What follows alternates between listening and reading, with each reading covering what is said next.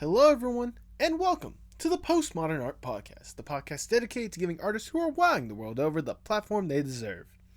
I am your host, Nathan Ragland, and welcome back to Amateur April, a month where I emphasize smaller artists and give them the platform they deserve. But honestly, with how talented this week's guest is, they've developed their own platform and then some. This week's guest is Ace Smith, an artist of all aspects whose music has been earning him a little following so far. This was honestly a fun interview. I hope you enjoy as much as I did, and support him with all the links down below. If this is your first time listening to the podcast, maybe consider subscribing or checking out the previous episodes, or supporting the podcast with the new merch that I just released. Honestly, any and all support for either me or any of the artists I bring on will honestly help me out more than anything else. I created this podcast to provide a platform for artists. So help me in my little journey to do that for everyone involved. But now, without further ado, please enjoy the Postmodern Art Podcast. You're coming through, recording-wise, you're coming through on my end pretty clearly. Am I coming through on your end pretty clearly? You're coming through very clearly. In fact, I want to go ahead and make sure that it's not too loud for the recording software itself. Can you say something real quick? Something real quick. Keep talking. Keeping talking, am I peaking? Am I peaking? Keeping talking, am I peaking? Turn me down if I am peaking. There you go. You should be good there. All right. I may become louder, so you might want to turn me down slightly more. You know what? I'm going to go ahead and just take that, don't want to take that risk. Might as well just a few decibels. There we go. I think -9 might be good for a good bottom barrier. How's my video? Your video looks great. Altogether, you look wonderful right now. So thank you. Thank you. And thank you for taking time every day to sit down and really do this, because I really do appreciate it. Are we recording at the moment? At the moment, yes, but it's like, the little intro, like, okay. I see. Yeah. I was just seeing. I'm currently at this actual moment. I'm actually currently working on the art. Oh, there we go. Beautiful. What's funny? What's funny? I was literally making like this thing. Oh, I just realized I've given you one long sleeve and one short sleeve. I'm not good at drawing. I know I don't have to be, but I just fair warning that I'm not. I drew you with I'm drawing your shirt at the moment, and I was like, oh, it'd be cool if I put the Postmodern Art Podcast, if I put the logo on the shirt, and then I hop into call, and you're wearing a shirt with the logo on it. Look, I gotta plug the merch one way or another, especially the fact that there is new merch right now that you can get. Here's my merch. It's Hilux. Oh yeah, Hilux. I see. When I was doing research, I had gone to both your YouTube channels and I saw the Hilux one. I had heard about it through Nitro Rad. I heard about it through him, and I wanted to sit down and actually play it. So yeah, Nitro Rad's incredible. I love his content. Yeah, no joke. He's a really tip top creator, second only to me, of course. There we go. The self confidence. Is that a Lil Nas X poster? Yes, it's not, is it? No, it is, but not in the way you think it is. It is Lil Nas X, but it's actually a hyper-realistic art piece from a guest that I had on, Senpai Beth. Like, that's all drawn and painted and everything. That's not a photo. Yeah, I thought it was a painting. I mean, maybe it's because it's situated next to Flower Boy. Yeah, that is true. You like I literally realized, as I asked that, I probably shouldn't have asked that, because I realized if it wasn't Lil Nas X, then that would be a bad look. I mean, if it was too bad, I would have had to edit it out, which No, I mean it's obviously good. There was no reason for me not to get it. Yes. Yeah. Yes. Goodness. Oh, and I do apologize with the whole entire thumbnail situation that we had or whatnot. Whenever I was doing my it's no problem. When I was doing my research and stuff like that, I was trying to find an artist, because I've noticed, and we'll definitely bring this up in the interview, how heavily influenced you were with Steven Universe with a lot of your stuff. So I was trying to find a thumbnail artist that did the Steven Universe style, but then you're like, no, I want to do a thumbnail. I'm like, okay, cool. I still had the artist, since I had basically hyped them up to a certain point. I'm like, you know what? I'm still gonna commission you. So I commissioned him to do a piece for my friend who also loves Steven Universe. So yeah, Steven Universe good show. There were parts where it wasn't good, but it was still good. Yeah, I am honestly, I wouldn't say that my style, the style that I'm doing this in at least is very very squished. So, perhaps there was influence there. I mean, hey, it's your thumbnail. Do what you want with it, as long as you know the standard setup that I usually have for it. But You couldn't stop me. Yeah, I do. I got the you on the right and the me on the left, and I haven't drawn the mic yet, but they're gonna be there. There you go. I am down for it. All right, Ace. Before we get started, I must ask the icebreaker question I ask for every single podcast. What is your most unpopular art opinion?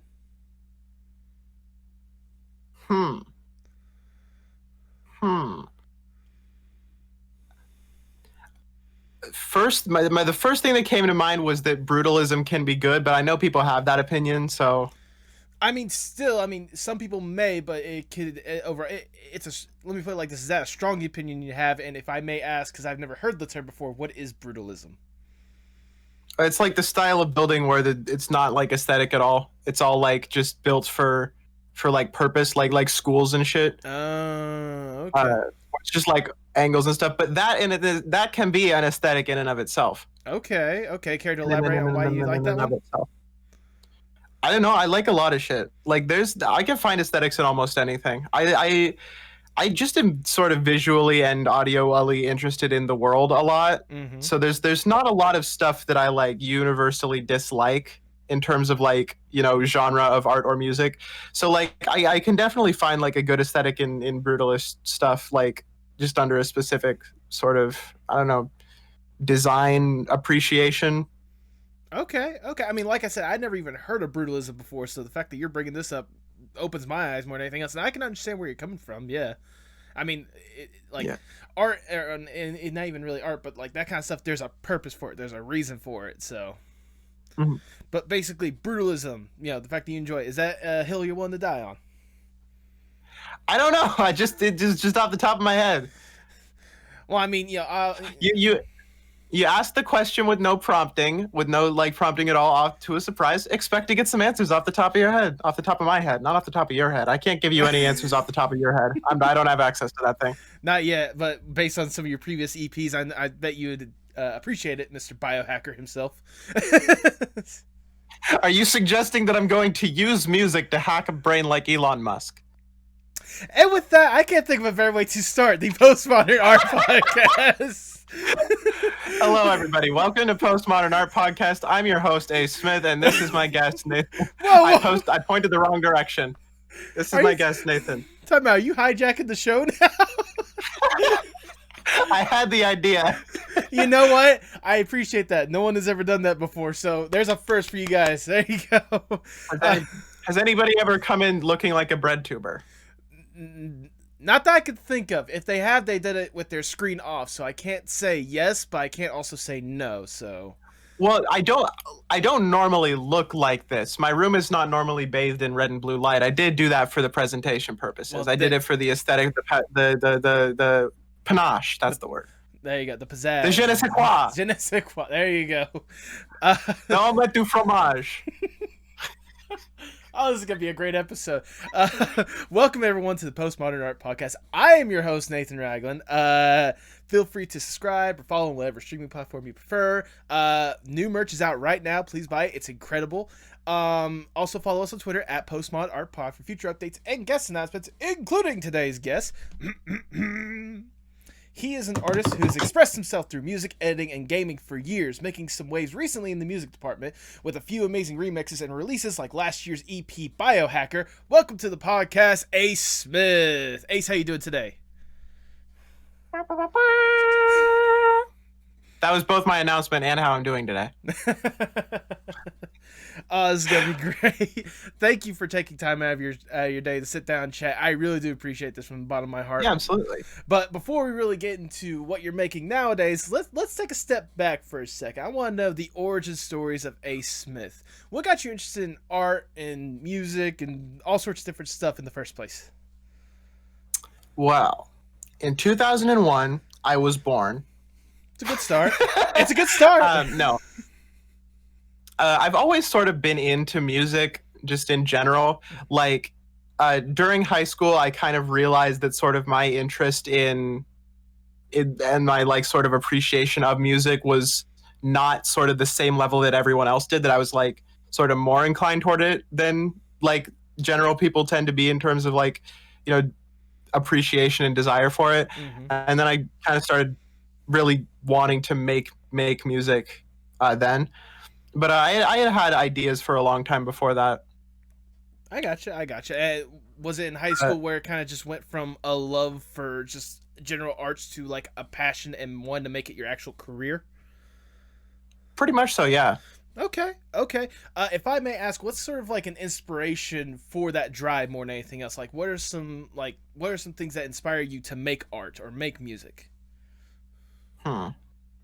I That's actually honestly it's a really hard question to answer for me specifically. Like in terms of vision, I've got a lot of inspiration, but in terms of drive, I just kind of do it because I enjoy it. Okay. Like I sort of every day I kind of wake up and I'm like I'm gonna make some stuff today.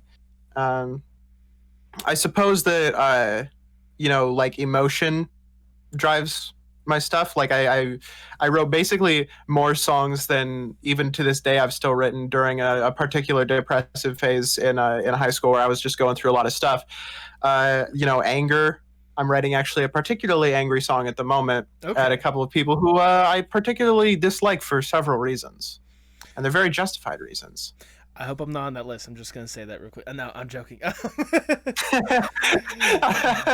Dedicate like a single line to this guy who interviewed me once. No, um, I mean, from what I've seen so far, you seem like a good dude. Oh. I'll hedge my bets in case you turn out to not be later, but I don't think it'll happen. Turns out just behind the scenes, No, I'm just like the worst person to ever deal with. It's like, look, we gotta redo the podcast all the way over again. Just the lighting was, I was not for. No, I'm joking. it's on the side of that little door on the side of your webcam.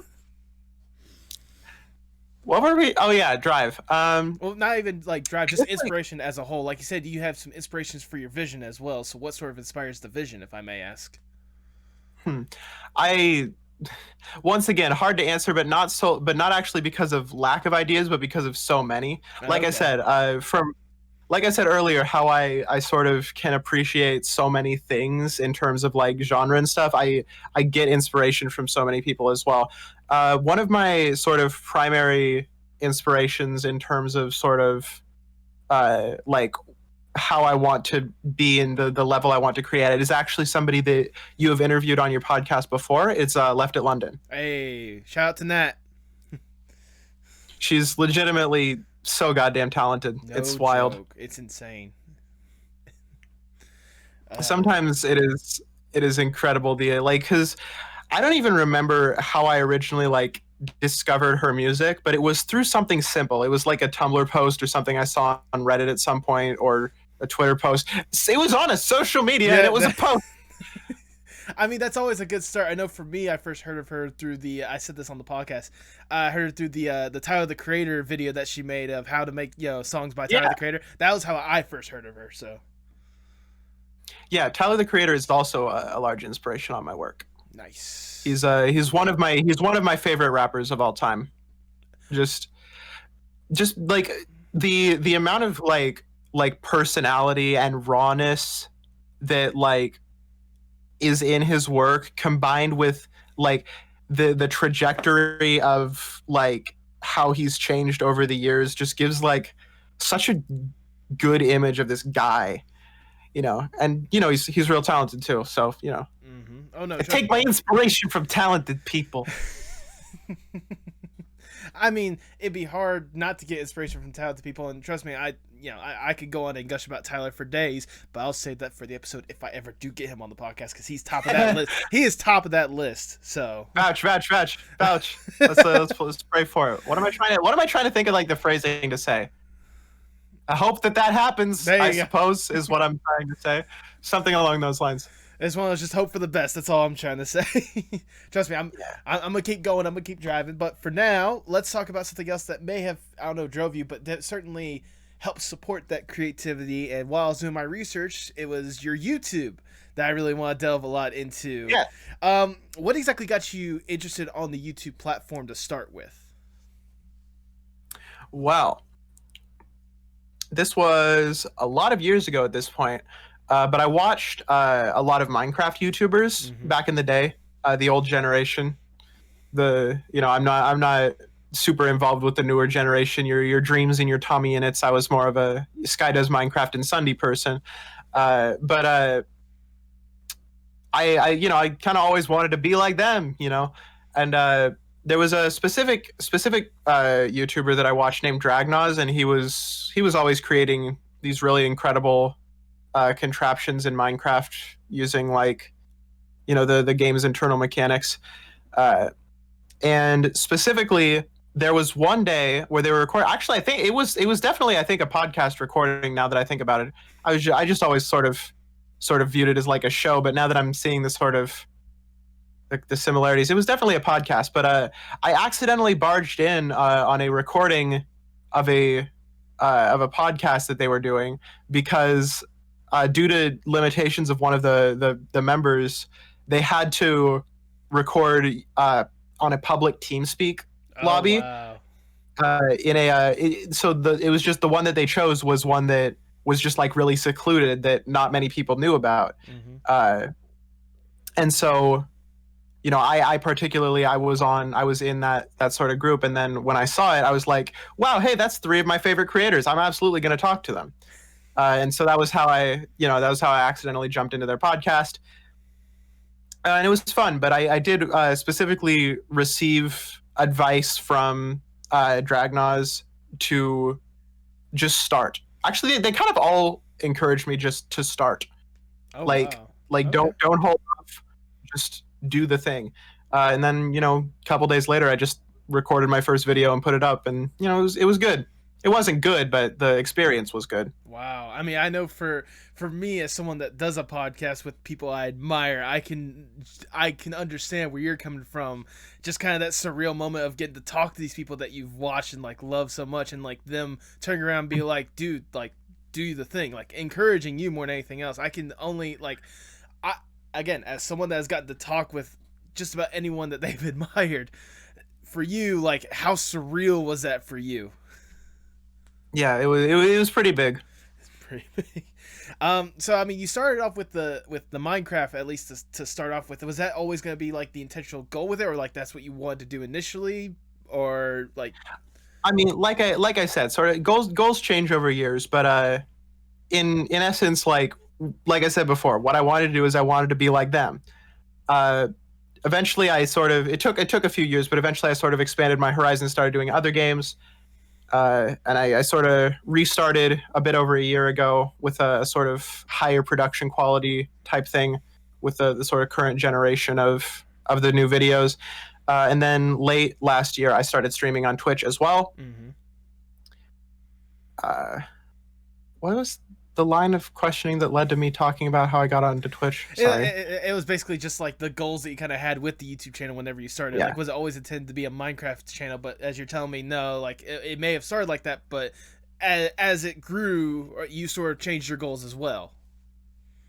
Yeah, my intention on YouTube has always, I guess, kind of just been to be seen, because whose isn't? Yeah. Like, if you're putting YouTube on the web, like you're putting YouTube on the web, you're putting videos on YouTube, sort of, you're putting them up in the first place. Like, unless you're using it as like your private like video storage thing that you don't expect people to find, what are you doing with them besides uploading them so that they can be seen? Like, that's sort of always been my primary thing.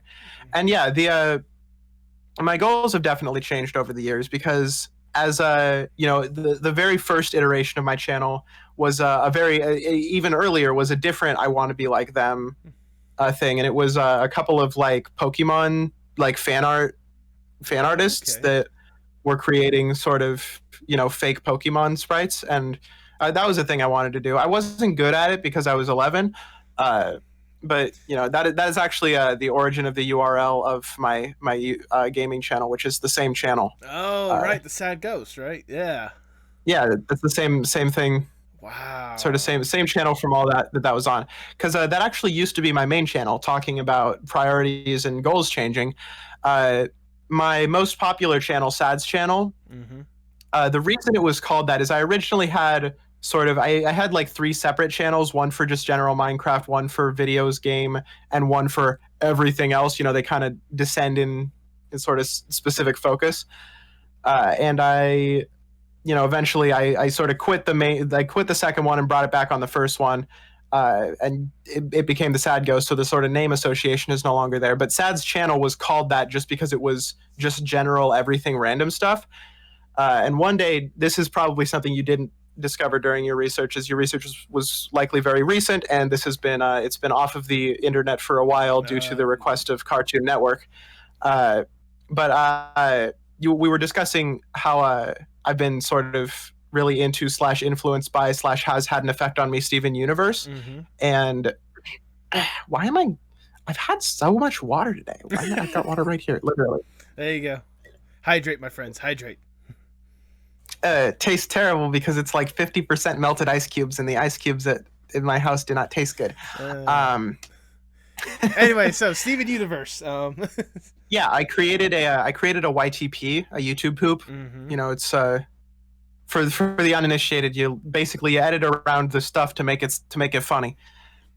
And then I posted that, and a couple of months after I released it, it suddenly exploded in popularity and became massively popular. For a time, it was the number one most viewed Steven Universe YouTube poop on the platform, I guess. It's like the Queen of Shitty Robots said, if you want to be the top in your field, choose a really narrow field. Which is how she became the Queen of Shitty Robots.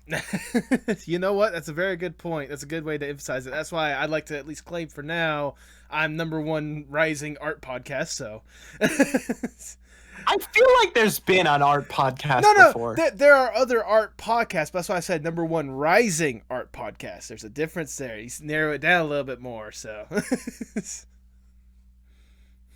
could you elaborate what that difference is? What does it take for one to be rising? At least for me, I'm still. This is still within like the first year of me developing this podcast and like really having it grow more than anything else. And like, I haven't even hit 100 subscribers yet, so I still consider it growing. I still consider it that number one. Let me have this one, man. What in there translates to number one? So anyways, what's your hourly rate of subscribers? How is that? How does this happen? Anyway, it blew up, and so I decided to make more of those because you want to be seen. And a couple of them did not get a copyright struck, and I earned money off of them, so that was fun. Nice. And that was sort of how I discovered that I enjoyed money and having it. Everyone's got to start somewhere. I actually was gonna bring up the YouTube poops and the AMVs as well that you've had, because like I said, as I was doing my digging, I noticed a good couple of them. One of the big ones to actually blow up that you still have on your channel is a Lapis Lazuli AMV of Imagine Dragons Demons. That's got like 19,000 subscribers views at this point. So. Okay, this is revenge. This is vengeance. I make fun of you for considering yourself number one rising when you have so few subscribers, and you respond by bringing up my Lapis Lazuli Imagine Dragons AMV. My Imagine Dragons, it's where my demons hide, Lapis Lazuli AMV, which is, by the way, not good. I should have privated that. I don't know why it isn't. It's like the video size. Isn't this like actual cartoon? The clips of the cartoon in it are shrunken for no reason. I don't know why I did that. I don't know why I didn't just make them bigger to fit this thing. Anyway, I'm barely proud of any AMVs I've ever made. You know what? Fair enough. I was just saying I noticed that one because at least for the videos that you have it privated, that was like the third video, and the fact that it has 19,000 viewers on it. Yeah. Go to your YouTube. Do videos, date, and go to like the oldest one. It's like said the third video on there. I was like, it's not like my most popular video. No, anyway. Your most popular one was an Undertale one, if I'm not mistaken. Yep. Megalovania, but you're slowly losing your mind. That's right. It's actually the second most popular video on my channel behind the YTP that I mentioned earlier, which is sitting at over 6 million views, but has been blocked worldwide. because obviously Cartoon Network, which is fair. Yep.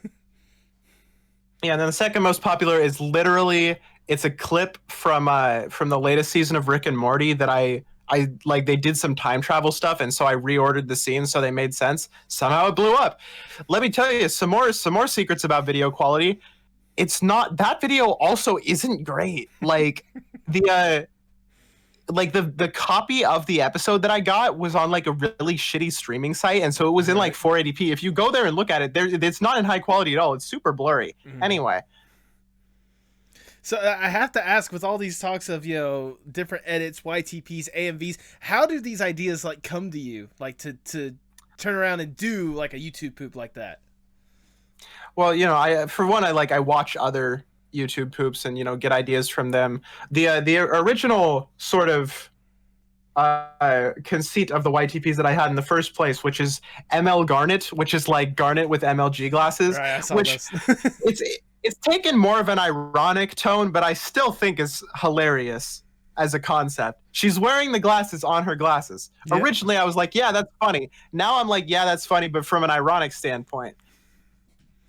That idea specifically came from an entirely different YTP that did the same thing. Oh, there we go. I don't think I'm actually original at all. I'm just like so many separate little influences all like melding together into a person, and who isn't? I was gonna say, isn't art just basically that in the first place, just taking influence from something else and bending it and mending it to make it your own? Yeah, there have been like 100 people in history who have actually been original in any way, shape, or form. Yeah. Now that you say that, it makes sense. Like everybody just takes stuff from other stuff, I mean, for God's sakes, one of the biggest, quote unquote cinematic masterpieces, Star Wars. How many things were influenced by it, or how many things got influenced by, or how much influence did George Lucas have putting it into Star Wars? That's the word that's the line I was. There we go. Third time was a charm. Words are wonderful, right? I know. I'm so good at sentence. But anyway, so again, we've dug up the dark secrets where the demons hide when it comes to the YouTube. My oldest videos. Yeah, the old videos not good. That's why I privated them all on the gaming channel. Yeah, I can't have you talking about me squeaking around in a high-pitched voice on Hypixel with all my friends. Well, I mean, since we're talking about the gaming channel, I did want to at least emphasize, I noticed a few of the videos on there, like, what was it, like a Homestruck playthrough or something like that you still have up there? There was, there's actually two series that from like the old iteration of my channel that I have not privated, and those are, one of them is a singular episode of what was planned to be a playthrough of this Spurb map that I'd found from Homestuck, the Spurb Minecraft map. The first episode is privated now because it kind of sucked. The second episode, I watched through it while I was going to private it, and I was like, actually, this is funny. Screw it, I'm leaving it up. There you go. Fun fact, it never actually continued because the recording that I did was of several episodes worth of content, and I forgot that, and I deleted it after I finished the second episode. There you go. So, and the other one is a Hive Swap playthrough, which I left up for two things. One of those reasons was the same reason, and the second reason is that since the day we played that, I've been awaiting the release of the next episode, the next act of Hive Swap, or rather had been, because on the day it dropped, or a couple days after it dropped, rather, I actually did get all of the original cast of those videos together to play it again to play the second act on stream. It was pretty great. Yeah, I can only imagine how insane an opportunity like that must be. I was gonna say, as well as like with that, one of the games you actually got to play through, we talked about at the beginning with your shirt, Hylics. How did you become aware of the game, and what made you like want to play through that? Well, personally, I just like RPG Maker. It's fun. I want to eventually create games with it. I've made quite a few demos, but none have ever really seen the light of day because they haven't really been worth releasing. And in terms of inspiration, I look for things on the web, and one of the examples on RPG Maker games with the most like original, most good, like visually striking Hylix was at the top of that list for Okay. visuals. And so that's how I learned about it, and I played through it. And I learned that, hey, the year I played it, there's Hylix 2 coming out. And I did play that on stream as well. It's just sort of repeatedly shoving in the audience's face that I stream video game. You can go there and you can watch it, allegedly. I've been taking a bit of a break from Twitch, but I will be back in 2 days. I'll be back in 2 days with my next RPG Maker Monday thing. I was gonna say, well, technically, when this video goes up, it'll be afterwards. Oh, yeah. Yeah, it will be after that. I'm dumb. Pardon me. Well, I mean, hopefully, if this upcoming one is 2 days ago. Maybe. I think maybe less. I think it's like 4 days. Maybe more. Time is non-existent. No. How did we get on? Oh yeah, Hylix. Yeah, It's Hylix. good. Hylix is good. Wayne, I like it so much. I got my mom to give me a shirt of it for Christmas. There you go. Wayne Hylix. There you go. There we go. So, anyways, but we've discussed all this stuff with like YouTube, and it's something that. Sorry, let me ask this: is this something that you hope to still like explore with, like just experimenting with, past like just streaming?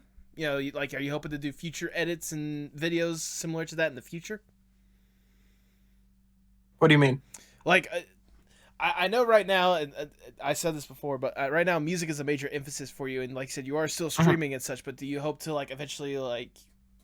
Is there any plans for future like edited videos or like stream highlights or stuff like that for future reference for future videos?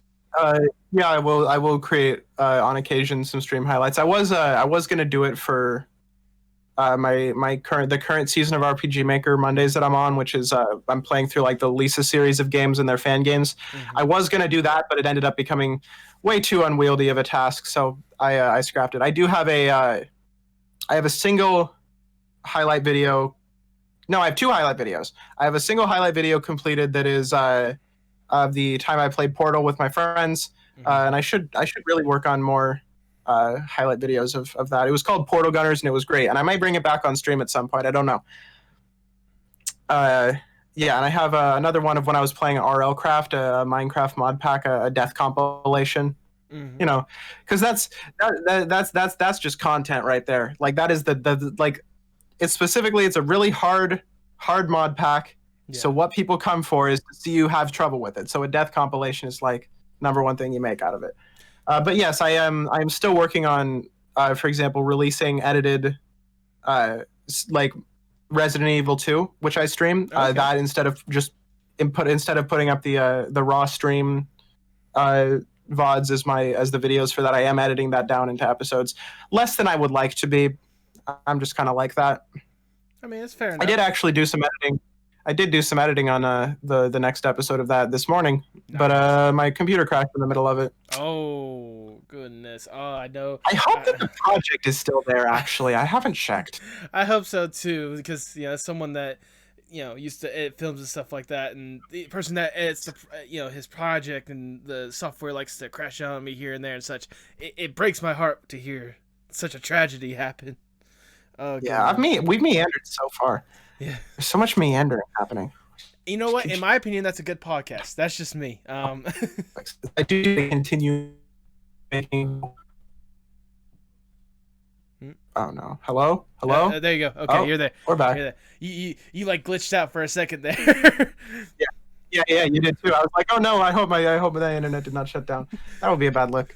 Oh, no joke. I don't blame you for that one. Well, actually, speaking of glitching out for a second, let's delve a little bit into the other aspect that a lot more people would actually know you for, and that'd be the music aspect. You've really been that's what you're waiting for. Good. I'm more than happy to get onto there and so much more. You said that it really developed with like high school, or not really mm-hmm. developed, but like that's when it really became like more of a career and stuff like that. I'm trying to find the way to word this. Like, what exactly got you invested to the point where you're like, hey, I can make music. This is what I want to do. This is the thing that I want to put a lot of my effort into. Sort of pretty much what I said earlier, the sort of realization that, I was, the way I appreciated music was on a more sort of like fundamental, expressive, sort of resonating level than it is sort of with most people. And I'm not saying that in an elitist fashion. It's just kind of, the way that music affected me was just like more heavy, and then I was like, I should really sort of focus this towards creating that rather than just think about it, and that's sort of how that all started. In terms of like physically starting, I gained my knowledge and appreciation, both of those, for code, the internal workings of computers, uh, digital art, video editing, and music in the exact same classroom. Oh wow. It was my middle school tech class. Oh, okay. It taught me how to use so many things, including like the editors that it taught me to use. For example, like it taught me how to use Camtasia to edit videos, and it taught me how to use Magic's Music Maker to create music. And those two things I used for so long. It was literally only very, very recently have I graduated past those. Like in the past couple of months, I mean. Oh, Like wow. this time a year ago, I was still making music in Magic's Music Maker and editing videos in Camtasia. I mean, we all got to start somewhere and what we're comfortable with. I mean, Yeah. what seems to get the job done more than anything else. Yeah, so shout out Mr. Fife. Your classes began this whole thing. There we go.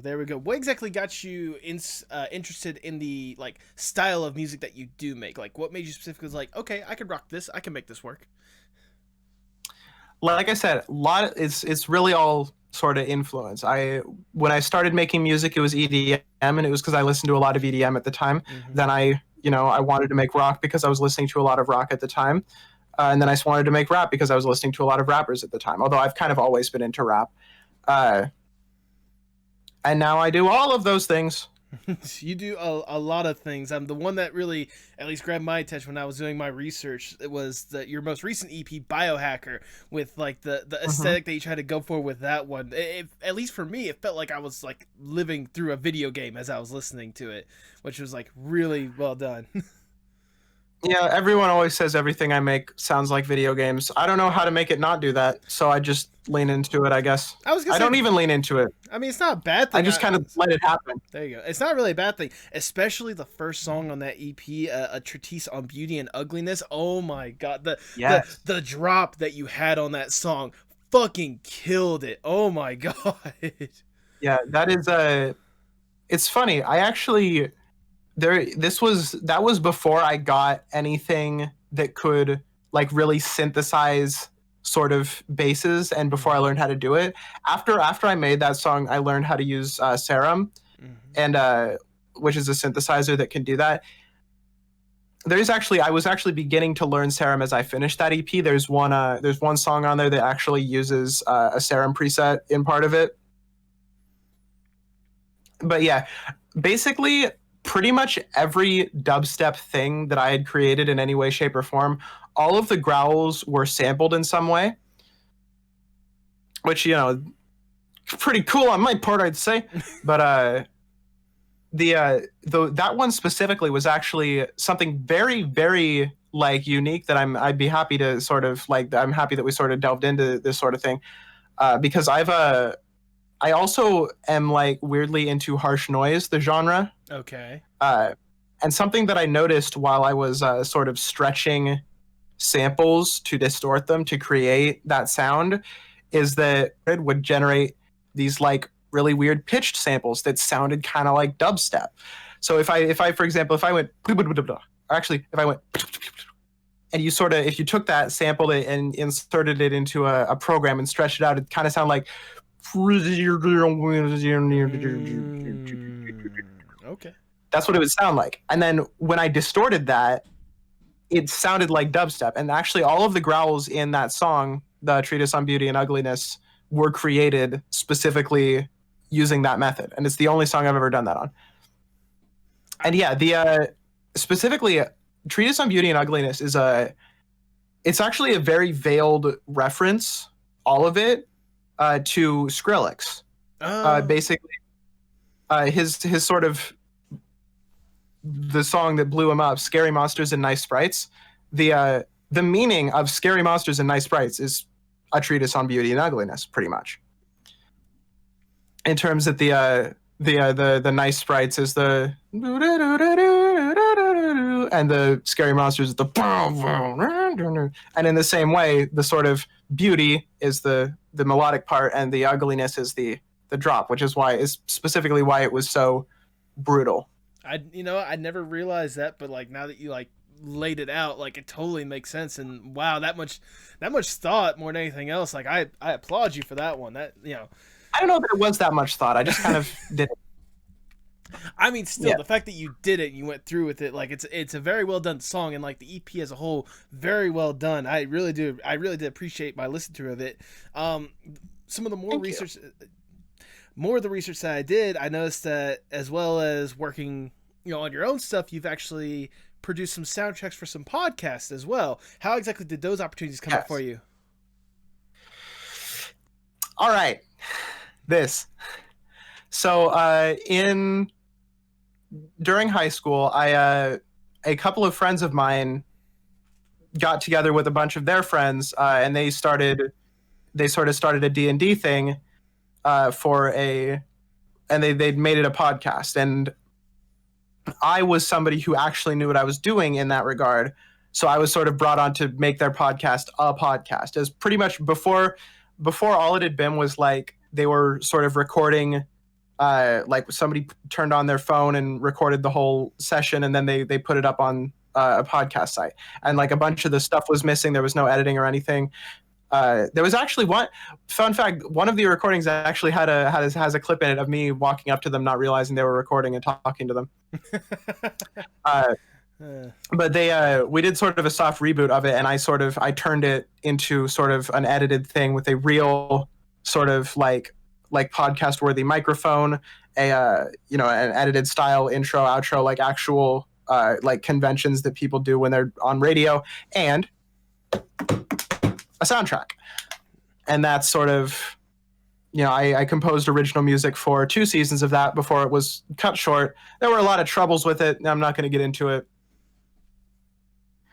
It was certainly a time of my life. Yeah. I mean, you can't argue with that. And yeah. I mean, at the end of the day, like, it was a chance for you more or less to hone in on your craft when it comes to creating music and such. So good on you to have that. Is that something you would love to do, like, for future reference, like for future like opportunities? Absolutely. Okay. It is. I literally today I hit up a friend of mine about potentially scoring a horror thing if he wanted to make a horror movie, because I've been working a lot with spooky strings and stuff. I absolutely would love to become a Danny Elfman and start scoring people's movies. It would be, yeah, absolutely. Movies, podcasts, video games, whatever. I do plan on, like, any video games I ever make, I will release soundtracks for. I'll make the soundtrack for myself as well. Nice. That would be something cool to see more than anything else. Especially seeing where you've already come from and what you've already developed with some of the music you already have. Some of which has gotten some of the people in the music industry, some of them that you've even admired, to notice you and help you with producing on stuff. Want to elaborate a little on who's helped you out at this point? Okay, well, yeah, the primary reason that this sort of period in time between the release of Biohacker EP and now has, I believe, been the longest period of time since I started releasing music that I haven't released anything, like any like multi-track releases. Mm-hmm. And that is because in the middle of 2020, I began sort of, it kind of all happened on accident, but I began a sort of group that hosts URL fests that are presented in the form of Minecraft concerts. Mm-hmm. We build the venue in Minecraft, and we sort of we do the audio. Yeah. I don't know. I didn't know where the sentence was going next when I started it. Yeah, and the way that started was we were in the Discord server, the community Discord server for Left at London, as we've talked about her in a bit. I'm in that server because I'm a big fan. Some of the members began a project, a fan album, to comprise a bunch of remixes, a bunch of covers, and a bunch of inspired original music to release it. Mm-hmm. And it was called Tales from Transgender Street, which is a pun on her EP Transgender Street Legend Volume 1, because it's transgender street legend, like a legend of the streets who is transgender. Oh, yeah. And so by naming it Tales from Transgender Street, it was sort of a pun upon like implying that it actually means transgender street Mm-hmm. legend. It was just sort of a funny little thing, and that's how that came about. And I volunteered to make the release a Minecraft concert because I had been attending a lot of URL fests held in Minecraft by the group known as Open Pit. Okay. They're a huge inspiration as well in terms of what I do in that regard.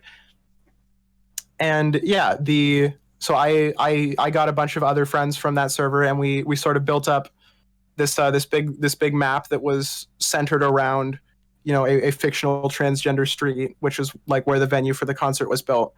And then we sort of everything spiraled from there. Our server hosts, the people that I was using to sort of make my server with for the presentation, they took notice of the fest midway through. I presume it was because it clocked in at like 150 people, which was way more than they ever had on their servers for an event that wasn't like hosted by them. Yeah. And the reason for that is because Left at London herself agreed to play a set at that show. Mm. And so she kickstarted that. And from there, we then we received free funding from the server in question, the server hosts, which were, by the way, they were Minehut. I'm not going to just vague them without saying who they are. That'd kind of be rude. Yeah, Minehut, the admins gave us enough stuff, like enough sort of resources. Normally you sort of buy credits on their site. They gave us credits for free so that we could do another one. And so I was like, hey guys, I guess we're going to do another one. And so that all sort of began because of Left at London. Because if she hadn't sort of, gotten herself involved with that and promoted that, then, I wouldn't have gotten to where I am now in terms of that. And honestly, following as well, because I've gained a lot of followers through Avenue as well. Yeah, but then I sort of brought the other people who had assembled the fan album. Mm-hmm. I brought us all together into a collective called Avenue, which was it was an evolution of a joke, because originally for the streaming of Tales from Transgender Street, they were trying to use the Twitch URL Transgender Street, but it was taken, and so they ended up taking Transgender Avenue as the primary thing. And so I came up with the idea, hey, what if we just named our collective Avenue? That way we don't have to change the URL in the future. Right. And we have not. There you go. Yeah, and that's how all that began. And then through that, Left at London then participated in our next show, raising us, even higher, as well as for the third show. She not only used that show to debut her band Wow OK with Holiday Kiss. Mm-hmm. That was the debut, was at one of our shows. And as well, she got in contact with the legend of the internet who pioneered so much of modern day internet culture, Neil Cicierega, and hooked us up with him for that. And that itself, that concert that we did was the biggest any server on Minehut had ever been, and so big that we had to switch providers afterwards because they didn't have. It was the biggest one they'd ever had. They didn't have the infrastructure to support it. I was gonna no shade to them. Yeah, no, absolutely. Yeah, I was gonna say it's funny to actually mention that concert, Wild Wild Fest, because that was actually the concert. It was right after I had just interviewed Left at London, to where I actually first heard about you, because you were performing. I think it was like right before, like a few sets before the debut of Wow OK, and that's how I like first heard of you and was like, oh my goodness, like whatever you're doing, like keep rocking it, because oh my god. Yeah. I'll say the one song that definitely got me invested, and I was gonna bring it up, is the one that a lot of people, if they know you, should know you for. It's the Other Friends remix that you've made. Oh my god! I saw the only electro swing I've ever made. That's electro swing. Okay, good. I wanted to make sure that was electro swing, because Knocked it out of the park, I guess. I assume it counts as electro swing. I don't really like. I made it, and I was like, okay, because the original song "Other Friends" from Steven Universe the movie, it it had an electro swing sort of feel to it. It was very that was just sort of the vibe, and so I just went whole hog on it, and I pushed it to that limit. Yeah. I did a bunch of research for that too, like the sort of little like piano solo thing and saxophone solo. They were specifically from like things that have been pointed out to me as like, hey, you could do that to make electro swing. A lot of people don't like electro swing because it's like very formulaic. Right. I personally, like I said, I have a lot of appreciation for a lot of things. There you go. I mean, trust me, I was gonna say I'm a huge fan of electro swing. So whenever I first heard that, like, I instantly like fell in love with it. Like the original song, we can all agree is already really good, but you found a way to like amp it up like so much more, like with just the things you've added. Structurally, I have very few regrets. I don't think I would change pretty much anything in that. I mean, you shouldn't. Hold on.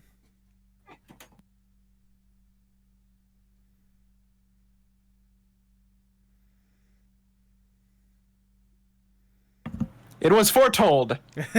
Hey, you know what? It's a simple little cut edit, or little cut I can do for that little bit. Yeah, but, I predicted just in case that would ever happen, and thus it did. But yeah, the Other Friends remix was one of my recent works. Over the course of the Avenue concerts, I have created quite a few songs. Most of them have been just like kind of specific purpose little snippets. Like I made a dumb meme remix of the PBS Kids Go theme song for a set that I did at PBS Fest. It was literally just the do do do do do do do do go, and then I like after that go, it dropped into like a fucking heavy trap beat that I put like some Childish Gambino vocals over. There you go. And as well as some remixes of several things. The most prominently Left at London 6 Feet, which was present on the Tales from Transgender Street album. And I do eventually plan to drop all of those sort of that motley crew of tunes as a sort of mixtape on YouTube. Just I don't know what I'll title it. Something about like URL Fest or Avenue or something. Just go with like a blend of just all the titles so far, and just like Tales from the Avenue or something like that, something simple. Oh, I like one of those like freakish amalgamation titles that like My Chemical Romance and 21 Pilots fans do to like combine all the songs together into one.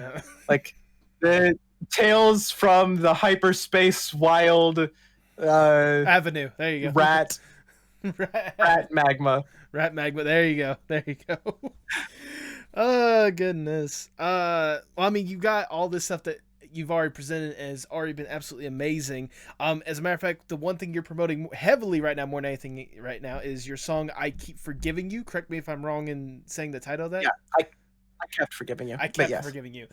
Which I listened to. I love the vibe that you went with that one. Mm-hmm. Just like that nice, like I for me, like it was like nice, chill, like the freaking stock footage of the planes that you had to go with the video or whatnot, I think really emphasized that vibe. So it is so difficult to find that.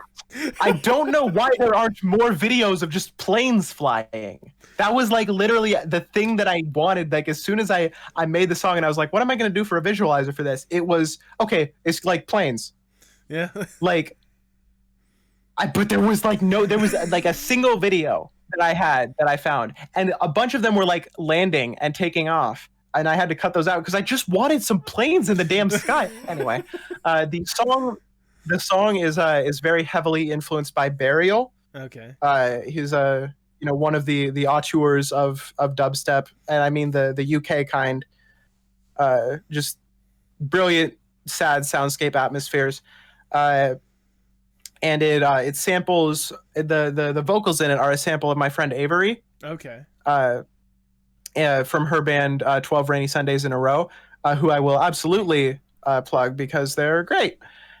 And they recently released their debut album, and I sampled one of the songs off of that as vocals for that song. It was fun. The song is called Sunday Paper, the original. I Kept Forgiving You is part of. I originally had like a lot of steam to release it, but it's kind of like sort of gone by the wayside as I realized I didn't have really that much material for it, honestly. But an EP serving as a sequel to Biohacker called Transhumanist. Oh, okay. Is that the one that you're teasing that is eventually going to be coming out soon? Yes, hopefully. Hopefully. I have a couple songs on it, including the during the promotion for Rat Rave, the Fourth Avenue concert. We had this little meme of a rat. It was like a multicolored rat, and it was like, "Post this rat." That was the meme. And there's this streamer Wayne Radio TV. He's known for a couple things, but most recently he blew up for Half-Life VR, but the AI is self-aware. Mm-hmm. I personally have been like gonna sort of I guess flex my hipster card here. I've been a fan of him for a lot longer than that. But he did a series of streams in which he hooks up a fax machine to sort of integrated Twitch Streamlabs stuff and allows anybody to send him an image in the form of a fax if they donate him money. And during one of those streams, Caroline specifically, my friend Caroline, they sent him a post this rat PNG, and the background of it is black, and it was sent as a fax. So when it printed, Wayne Radio TV himself, he received it, he looked at it, and he was like, "You guys took so much goddamn ink printing this thing." And so I sampled that and I made a remix of it. Oh, nice. Because specifically, he immediately afterwards he stepped on a meat nut that he'd spilled on the ground, and so I sampled that for like most of it. It's just him repeating meat nut. Yeah, that is also going to be on the EP. Oh my goodness! Hearing all this stuff is already making me excited for this EP more than anything else. Just don't the Bogo's binted. Just you wait, because I have so many things in the vault in the progress that I also am ready to talk about as well whenever you want to get to them. I mean, I say this is a podcast. If you want to just start gushing about it, let's go. I'm down for it. Let's do it. Absolutely. So my debut album is hopefully going to be coming out this year. Otherwise, I've got a lot of plan restructuring to do. My debut album is going to be a rap album, and I have not dropped the title of it yet, so it's still secretive. Nice. I have a punk rock sort of rock EP that's in progress that I'm working on, as well as a sort of synthwave, synth pop, electro pop EP as well. And that's kind of fun. I've got a lot of sort of ideas and sort of instrumentals and verses and concepts that I've written for both of those things. That's going to be fun. My debut album I've been working on for, I want to say, like 4 years now. I always forget the amount of years. It's a long time coming. Like originally, like I specifically originally wanted to do this podcast, this specific interview after it came out, because I felt that would be the perfect sort of time. Because debut album, want to promote it, etc. Have me on a second time. Anyway, I'm more than happy to. Maybe, maybe next time I'll be blue up here and red down here. Who knows? The audio listeners are gonna have fun figuring out what in the world is going on. I have my webcam is all. I thought like does this go like up as audio only somewhere? No. Like, sorry. Yes, there's the video version on YouTube, but I also have it for Spotify, Apple Podcasts, Anchor, where most audio streaming platforms are possible. I was unaware of this. The what? I was unaware of this. I didn't know that. Yeah, cool. I tried to do it with the Twitter teaser. I'm surprised you never noted it. No, I'm joking. What was I gonna say? No, I did. I legitimately. I'm not a very observant person at times. Duly noted. I was gonna say, as in fact, I use Spotify more than anything else, because a lot of times I listen to podcasts while I'm at work, because I work with like forklifts and shit like that. So it's like as I'm driving along, like it's nice to just pop in, listen to a podcast while I'm just trying to set up lanes and stuff. So. Yeah, let me tell you, here's the sort of cream of the crop in terms of sort of music listening. Everyone fights. Everyone battles over, is Spotify the best? Is Apple Music? Is Tidal, etc. Here's what you do. $10 a month subscription to YouTube Music. They not only have, it's an underused, underlooked at service. Nobody really considers it. It's fine though. Like, not only like they recently, the only thing that they didn't have, like that they introduced like last year was gapless playback. So like if the song transitions directly into a song, it'll do that. Then they have that now. $10 a month subscription to that, like any other service, except YouTube Music. The catalog is enormous because they include the songs. It includes the songs that are not like official releases, like fan made songs and stuff, right? Yeah, because people put up their songs and shit on YouTube constantly. It like behind SoundCloud, which is free. It's like the number one thing, maybe even above SoundCloud, the number one thing that people just post random ass songs they make on. You can find pretty much anything on YouTube Music. Let me tell you, Jay-Z, when there was that whole debate because he only had his shit on Tidal and whether or not he was going to put the shit on Spotify, and there was like, oh no, maybe I think Jay-Z signed a deal with Spotify to put. Guess what? It was on YouTube Music the whole time. Yeah. I listened to 444. And I was like, damn, people are fighting over the ability to listen to this, but I got the secret sauce. And here is the final ingredient of the secret sauce: podcasts. Listen to them on Spotify. Because the podcast experience on free Spotify is exactly the same as the podcast experience on paid Spotify. There are no ads in between podcasts. The ads are in the podcast themselves, and you don't lose those if you subscribe. Plus, because it's by the podcast themselves. I would say plus, unlike free Spotify when it comes to music, to where it'll just like if you have like playlists or something, unless you say it specifically, it's like if you're gonna do like a shuffle or something like that, like it'll automatically do that. You can't like pick a certain song or something like that for like certain playlists and stuff like that. When it comes to podcast experience, you could literally pick whatever episode you want and just go from there. So.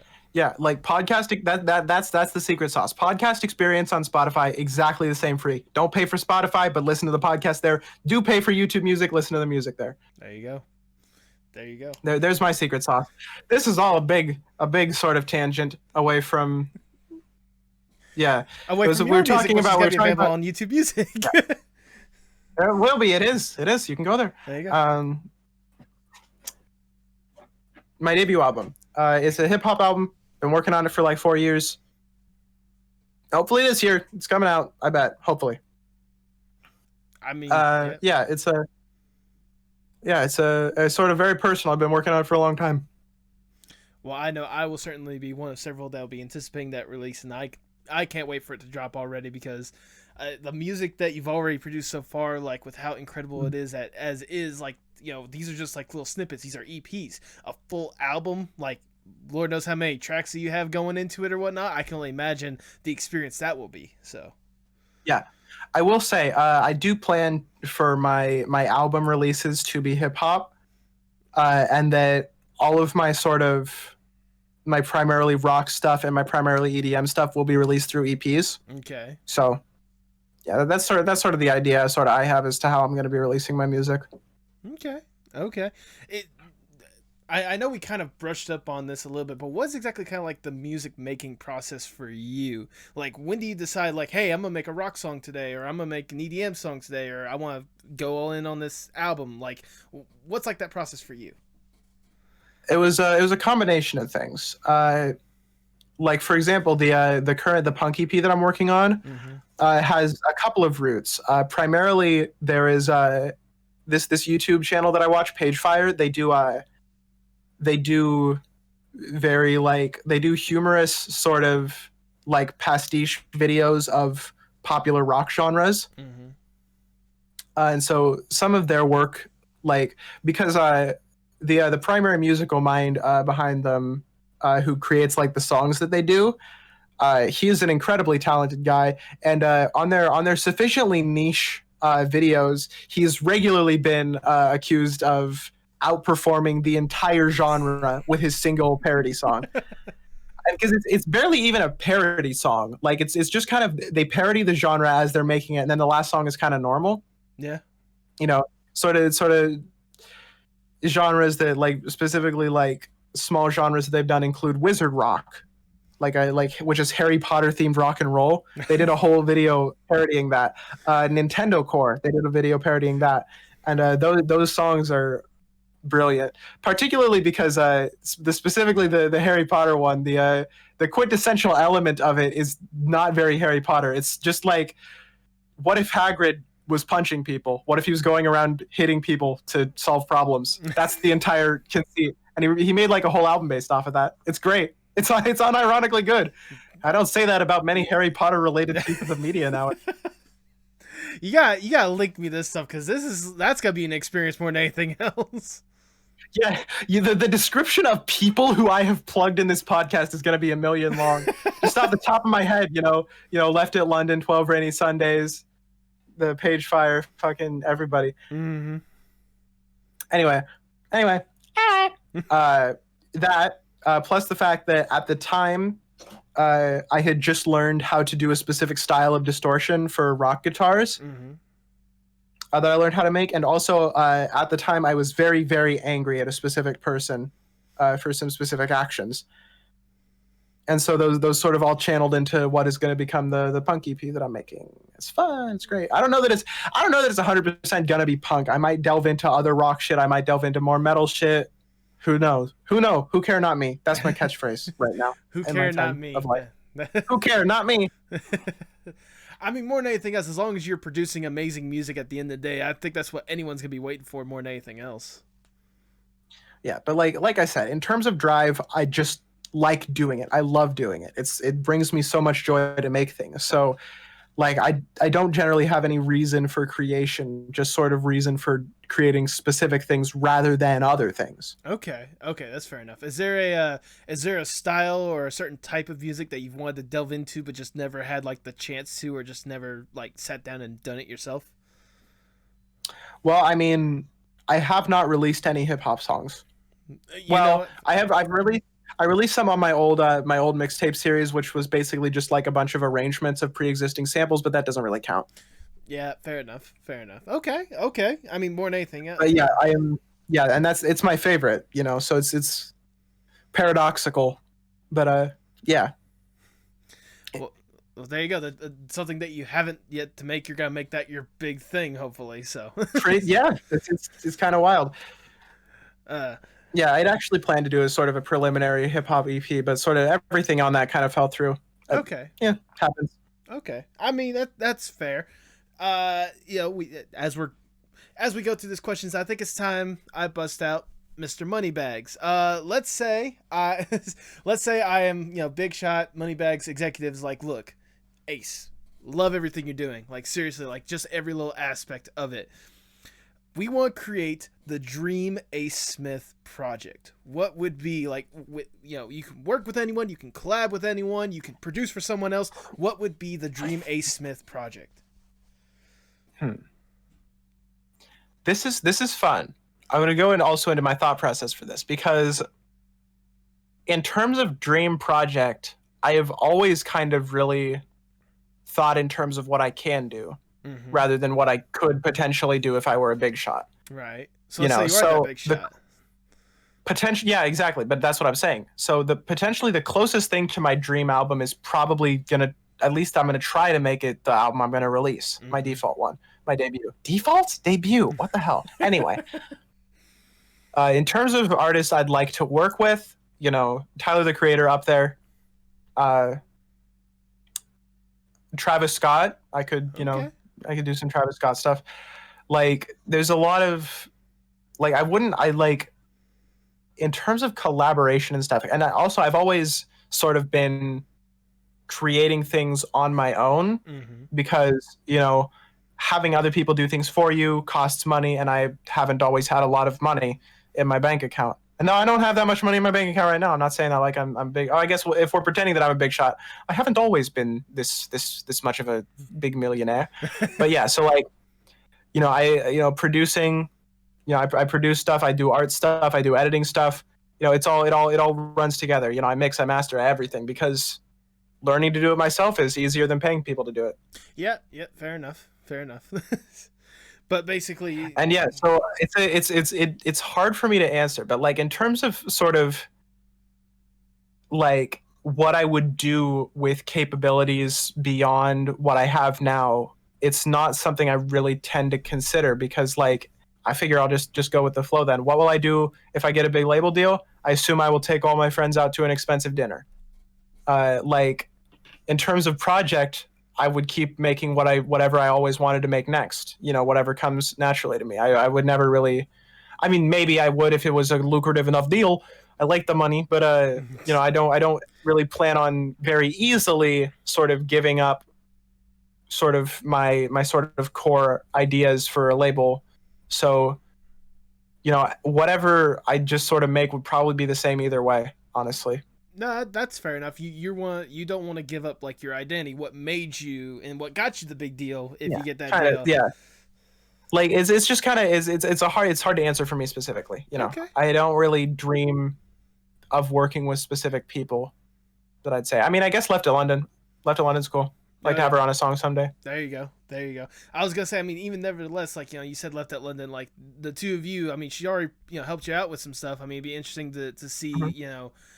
it'd be interesting to see that little collaboration. And also, like, from the names that you did say, like Travis Scott or Tyler the Creator, like working with them, like with what you do, like I can only imagine the Mhm. wealth of content you guys would create. So Yeah. yeah. Well, let's go back. Let's get back from that dream. Let's get back to reality. And like I said, you're developing Oh, a there goes lot. Gravity. Yeah, gravity, gravity. No, yes, yes, I did reference a John Mayer song. I apologize. No, but How could how could I? No, so like, you're developing more. You're producing a lot more. And it's incredible to see what you got so far. Where do you hope to see yourself, say, 5, 10 years from now? how great the 5-year plan? Yes. It's always been sort of something that I've always dreaded being asked at interviews Mm. because I sort of live as I go, honestly. Like planning to be somewhere in 5 years has never felt like something I've been capable of just because the concept of planning so far ahead and then getting there doesn't really work. You know, where do I plan to be in 5 years? I guess with a multi-million-dollar label deal and a lot of fans who like what I make. Mm-hmm. But like other than that, I ideally like in the perfect world, everything I do, my music, my production of other people's music, sort of the funny meme art that I make, the sort of the edits that I make, the bands that I've created, the videos that I make in both in video games and just sort of funny edits and stuff. All of those would be popular and people would like it. Mm-hmm. Other than that, that's pretty much like I guess the same but bigger. Okay. You Okay. know, And there's no shame in that, especially now. Like I said, what you've already made so far is great. I mean, I would love to see more. And so like 5 years from now, if I get more of Ace Smith, who am I to complain? no, nobody's smart. There you go. There you go. So as we're winding down the interview, I do have one last question I do want to ask. Obviously, like, you've invested so much when it comes to music and art and all that stuff like that. How important is art, not just for you, but for the world as a whole? Well, I think it's probably the most important thing. Creates like it shapes like the human part of humans. I mean, if that's your answer, I can't think of a better way to word it myself. So yeah. Like yeah, like every like since we started, we've been using art. Personal self expression didn't come until a little bit later. Most of the time when we started doing art, it was to talk about how we saw a cool bull that we threw a spear at. But like it's just sort of like in terms of its potency, it's less than people think it is. But if there's a guy who wants to do a war and he's in a position of power, a lot of art telling him not to isn't going to do much. But you should still create that art, absolutely, and that's I guess that's pretty much entirely my piece. Like that right there. Yeah. Yeah. There we go. Like that right there. If there's a guy who wants to do a war and he's in the power to do it, the art is not going to stop him from doing it if you try and make him stop doing it with art. But you should still make that same art. There we go. There we go. For your own sake, I guess. There we go. But with that, I'm all out of questions.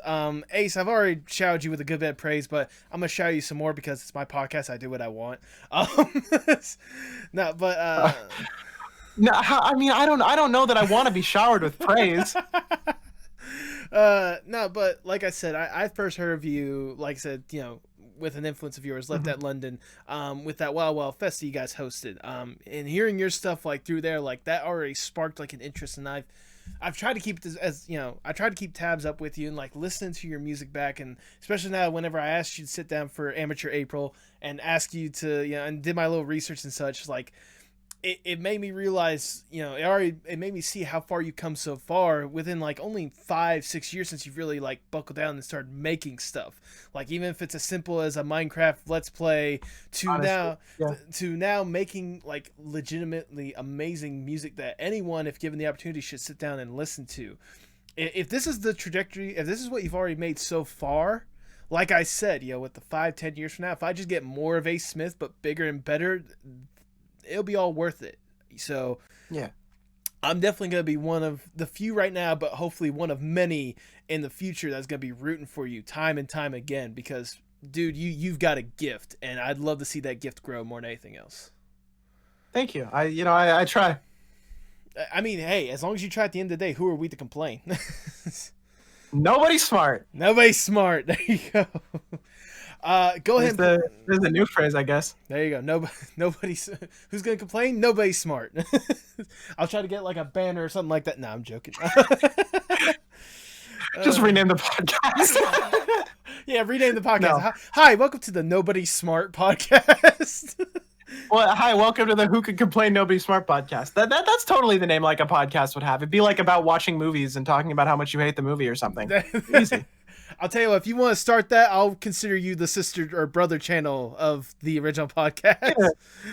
I feel like the term like sister channel doesn't have to be gendered in terms of the right. viewer, the person who makes it. You know what I meant. Basically, a subsidiary of the Postmodern Art Productions. God, it sounds Okay. pretentious. You're so what you're telling me is that if I do that, you'll own it. I Go can ahead. make it, but under your purview. Go ahead and plug yourself for the people at home. All right, you can discover and purchase my music at acesmith.bandcamp.com. My Twitter is twitter.com/prodbyacesmith. I hope that you follow that. I assume that sort of all of the people that I'd listed so far in the podcast, that Nathan will sort of message me about each one and ask for a link when he hears it during the edit, and then I'll send those. But yeah, you can probably, hopefully, find all those in the description. Oh, I will. I'll be sure to link everything in the description. Yeah, I stream at twitch.tv/sadsghost, and pretty much anything else that I do, like the Twitter thing. Follow the Twitter, and then you sort of got the link to everything. Like that's sort of the primary hub of stuff at the moment. There you go. There you go. By the way, I applaud you for your April Fool's Day Twitter thing of just basically becoming that. Oh yeah, yeah. I it was actually the 9 p.m. the night before the EST midnight for April Fools that I made up my profile to look almost exactly like Nat's. I specifically her sort of Twitter like name is Nat Cops Break Laws to Terrorize/Intimidate Puff. And I changed that because that fills up the entire thing, and I had to add in like a fake verification mark. And so I changed it from intimidate to imitate because I was imitating her, which is actually something that weirdly enough comes from an I Wrestled a Bear Once song that I listened to once, because the lyric in there is like, I tell you you're intimidating, but she clearly screams, I tell you you're imitating. And so when I saw Intimidate, I was like, hey, I got a really funny idea.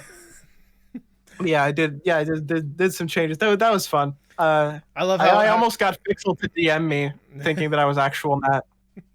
I love how Nat was also caught off guard by it with the one reply this way. That was great. Yeah, she the tweet in question, to the listeners of the podcast, is she sent she publicly sent a demo to Lil Nas X of a potential remix for Montero because he tweeted like a joke about who's going to be on the 100 remixes of Montero because he did so many remixes of Old Town Road when that came out. And she did sort of like a public demo, and Anthony Fantano retweeted it and was like, banger. And so on that, since it was April Fool's, I figured it was the perfect time to sort of reply. And so I put, hey, Tony, when are you going to send me the bass stems? Fantano be playing the bass. Yeah, there you go. Oh, goodness. I will say with that demo that she did do, that makes, like, after I heard that, she has to be top of the list. If he does decide to do remixes, he's got to be top of the list, and number 2's got to be Tyler. I'm sorry, that's just personal bias. I know, very biased, but still. But anyways, do you have any final words before we sign off? Yeah, let's do another episode where we just talk about how good Tyler the Creator is. I mean, I'm down for that. I can make it like an extra episode, something like that. Like 30 minutes of additional content that we just record right now and you put on that Postmod Art Pod Patreon. I need to make a Patreon. I discussed it with another former guest. I need to do a Patreon. Like, I don't know who would be invested in it, but I should, like, just to have it. Tyler the Creator fans. Tyler the Creator fans, there you go. And for the Tyler the Creator fans out there, and for everyone else as well, all I have left to say is, hasta luego, mi amigos. I'm doing the thing that he did with his hand for the people who are listening.